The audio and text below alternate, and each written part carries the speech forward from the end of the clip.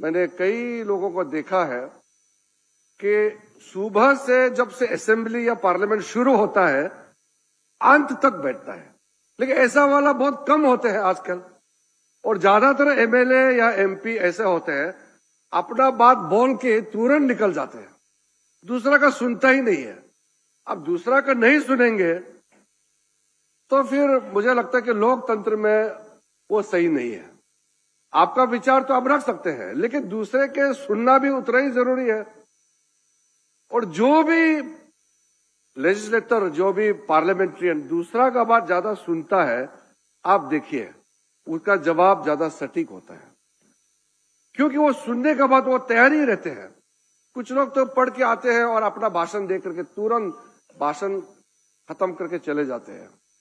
Parliamentary ethics तो है, आप लोगों का आज शायद शाम को क्लास लेंगे, आपको बताएंगे, शेयर करेंगे। नियम होते हैं और सुबह सुबह बुलेटिन भी इश्यू करते हैं कि कैसे खड़ा करना है, कैसे बात करना है, पीठ नहीं दिखाना है पीठासीन की तरफ, और अपना भाषण दे करके तुरंत नहीं जाना है, आपके नेक्स्ट वाला का सुनना है। कई एथिक्स आपका प्रैक्टिस करना होता है। तो पार्लियामेंट्री एथिक्स, पार्लियामेंट्री बिहेवियर का भी अलग एक तो होता है, लेकिन मैंने देखा है बहुत ज्यादा लोग मानते नहीं है इसको, बहुत कम लोग मानते हैं। परिस्थिति भी बदल गई है, इसलिए मैं एक जिम्मेदारी के साथ कहना चाहता हूं कि अगर हम अपने आप को कहते हैं कि हिंदुस्तान, भारत दुनिया का सबसे पुराना लोकतंत्र है, तो पुराना लोकतंत्र होने के नाते हमारा जो व्यवहार है, हमारा बिहेवियर है, वो भी उस हिसाब से करना होगा। नहीं तो पार्लियामेंट्री इंस्टीट्यूशन कमजोर होगा तो डेमोक्रेसी ऑटोमेटिक कमजोर हो जाएगा। नहीं तो लोग मजाक उड़ाते हैं, ये असेंबली पार्लियामेंट में क्या स्तर का डिबेट हो रहा है। डिबेट का भी एक स्टैंडर्ड होना चाहिए। डिबेट का स्टैंडर्ड नीचे गिरेगा तो लोग जिन्होंने वोट दिया है वो भी सोचेंगे कि हम लोग कैसे लोगों को वोट दे करके भेजा है। तो इलेक्टेड रिप्रेजेंटेटिव का रेस्पॉन्सिबल बिहेवियर लोकतंत्र को मजबूत करने के लिए बहुत बड़ा जिम्मेदार है। मैं तो ऐसा जगह से आता हूं, ये वेस्ट बंगाल तो हमारे लिए कैपिटल जैसे है। कलकत्ता हमारे लिए सामने में था, दिल्ली दूर था पहले, बाद में दिल्ली कैपिटल हो गया तो हम लोग सीधा दिल्ली जाते हैं आजकल, कलकत्ता कम आते हैं। लेकिन हमारा पिताजी लोग का समय में तो कलकत्ता ही सब कुछ था हमारा, नॉर्थ ईस्ट का। इसलिए हम बोलते हैं वेस्ट बंगाल उठेगा तो नॉर्थ ईस्ट इंडिया भी अपना आप उठ जाता है। पूरा ईस्टर्न इंडिया का भविष्य वेस्ट बंगाल पर टिका हुआ है। वेस्ट बंगाल बिखर जाएगा, वेस्ट बंगाल कमजोर होगा तो पूरा ईस्टर्न इंडिया कमजोर हो जाएगा। इसलिए अभी डिप्टी चेयरमैन साहब ने कहा शुभेंदु अधिकारी जी अच्छा काम कर रहा है। मैं तो भगवान से मैं प्रार्थना करता हूं कि शुभेंदु अधिकारी जी के नेतृत्व में वेस्ट बंगाल तरक्की करे और पूरा ईस्टर्न इंडिया को आगे ले जाए और विकसित भारत का बहुत बड़ा इंजन बने। वेस्ट बंगाल बड़ा राज्य है और बहुत ही हाईली पॉपुलेटेड स्टेट है। बिहार और बंगाल का जो एवरेज डेंसिटी पॉपुलेशन है, कभी कभी सोचने से भी कल्पना करना मुश्किल है, इतना हेवीली पॉपुलेटेड स्टेट है। और यहां एक एमएलए कितना, कम से कम 2.5 लाख 3 लाख तो एक असेंबली का यहां वोटर है। यूरोप में, इंग्लैंड में 70,000 में एक एमपी होता है। और जो स्कैंडिनेवियन कंट्रीज है, जो नॉर्दिक कंट्रीज जिसको बोलते हैं, स्वीडन, फिनलैंड, नॉर्वे, डेनमार्क, यहां 30,000 25,000 में एक एमपी होता है।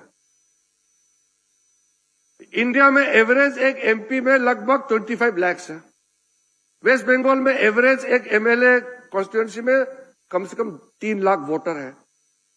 तो इसका मतलब इंडिया के अंदर में एमपी एमएलए बनना कोई आसान नहीं है।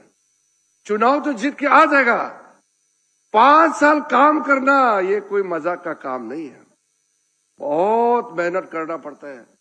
हम लोग तो सुबह उठते ही कम से कम 200 आदमी पहले से इंतजार कर रहा है कि हमारे एमपी साहब कब उठेगा मदद मांगने के लिए। पश्चिमी दुनिया जो डेमोक्रेसी में भी कितना अंतर है, हम भी बोलता है वी आर ए डेमोक्रेसी। पश्चिम बंगाल भी वैसे डेमोक्रेसी है, उड़ीसा में वैसे डेमोक्रेसी है, दिल्ली में वैसे डेमोक्रेसी सेम है, लेकिन लोकल कैरेक्टर में थोड़ा थोड़ा अंतर होता है। पश्चिम बंगाल में एक अच्छा चीज है कि असेंबली इलेक्शन और लोकसभा में ज्यादा रिसोर्सेस, ज्यादा पैसा खर्चा नहीं होता है, ऐसे बोला है। यहां से बहुत कम्युनिस्ट एमपी आते थे जब हमारे साथ में शुरू में, मैक्सिमम एमपी वेस्ट बंगाल से लेफ्ट फ्रंट के एमपीज आते थे। तो मैंने उस समय पूछा था जितना लेफ्ट एमपी से, आप लोगों का कितना खर्चा होता है वेस्ट बंगाल में चुनाव जीतने के लिए? बोलता नहीं, 5,000, 6,000 या 10,000 खर्चा होता है, वो तो चाय पानी का खर्चा होता है, लेकिन वोटर को पैसा नहीं देते हैं। लेकिन कोई कोई जगह में वोटर पैसा भी लेता है इंडिया में आजकल। इसको भी कैसे बंद करना है, ये हम लोग को सोचना होगा। पैसा देकर के इलेक्शन जीतना तो ठीक बात नहीं है, लेकिन इंडिया का पॉलिटिकल कैरेक्टर और वेस्टर्न वर्ल्ड का डेमोक्रेसी में भी कितना अंतर है। मैंने किसी विधानसभा में ये जिक्र किया था, मैंने बताया था, मैं इंग्लैंड में जब गया तो इंग्लैंड में सबसे सीनियर मोस्ट एमपी, उसको फादर ऑफ द हाउस बोलते हैं, हाउस ऑफ कॉमन्स में, वो 7 टाइम्स एमपी कंटिन्यूस जीतने के बाद उसको टाइटल मिला है फादर ऑफ द हाउस। हमारे यहां father of the house concept नहीं है। तो उनके कॉन्स्टिट्यूएंसी में मुझे ले गए 2004 में, एक पार्लियामेंट्री एक्सचेंज प्रोग्राम था। तो इंग्लैंड, साउथ इंग्लैंड में साउथ स्टेफोर्डशायर, उस कॉन्स्टिट्यूएंसी में मुझे ले गए। तो एमपी साहब ने मुझे दिन भर घुमाया, देखो यहां एक एमपी का जिंदगी कैसा है इंग्लैंड में, मुझे दिखाया। दिन भर में एक भी आदमी उसके पास मदद मांगने के लिए नहीं आया, कोई एप्लीकेशन देने के लिए नहीं आते वहां में, रात को फोन करके कोई चीज मांगता नहीं है वहां में। डेवलप कंट्री है और सब कुछ व्यवस्थित है। वहां अगर कोई इश्यू होता है तो जैसे कोई क्लाइमेट इश्यू होगा, टैक्सेशन, पॉलिसी मैटर, या कभी लॉ एंड ऑर्डर इश्यू होगा, तो वो भी जनरल लोग गैदरिंग करते हैं और अपना प्रतिनिधि, अपना एमपी एमएलए को बताते हैं कि ऐसा प्रॉब्लम है। वैसे आदमी कम है एक कॉन्स्टिट्यूएंसी में, ऊपर से कंप्लेंट देने वाला कोई नहीं है। या हम लोग एक एमएलए का कॉन्स्टिट्यूएंसी में 3 लाख आदमी, ऊपर से सुबह से शाम तक कंप्लेंट देने वाला बहुत होते हैं, पानी का प्रॉब्लम मांगने के लिए, एजुकेशन का, हेल्थ का। कोई कोई जगह में तो आदमी मारपीट करके जेल जाता है, वो बेल निकालने का खर्चा भी एमपी दे दो बोलता है, एमएलए दे दो बोलता है। हमारा देश का प्रॉब्लम मामूली नहीं है। पश्चिम देशों में, इंग्लैंड वगैरह में या अमेरिका में, मैं तो बताता हूं, आपका इलेक्टेड रिप्रेजेंटेटिव का जिंदगी और भारत में इलेक्टेड रिप्रेजेंटेटिव का जिंदगी में जमीन और आसमान का फर्क है। वहां एक बार इलेक्टेड हो गया तो सिर्फ सोचना है, भाषण देना है। यहां तो हम लोगों को सोचना भी है, भाषण भी देना है, लोगों का प्रॉब्लम भी घर घर सॉल्व करना है। मामूली नहीं है हमारा जिंदगी।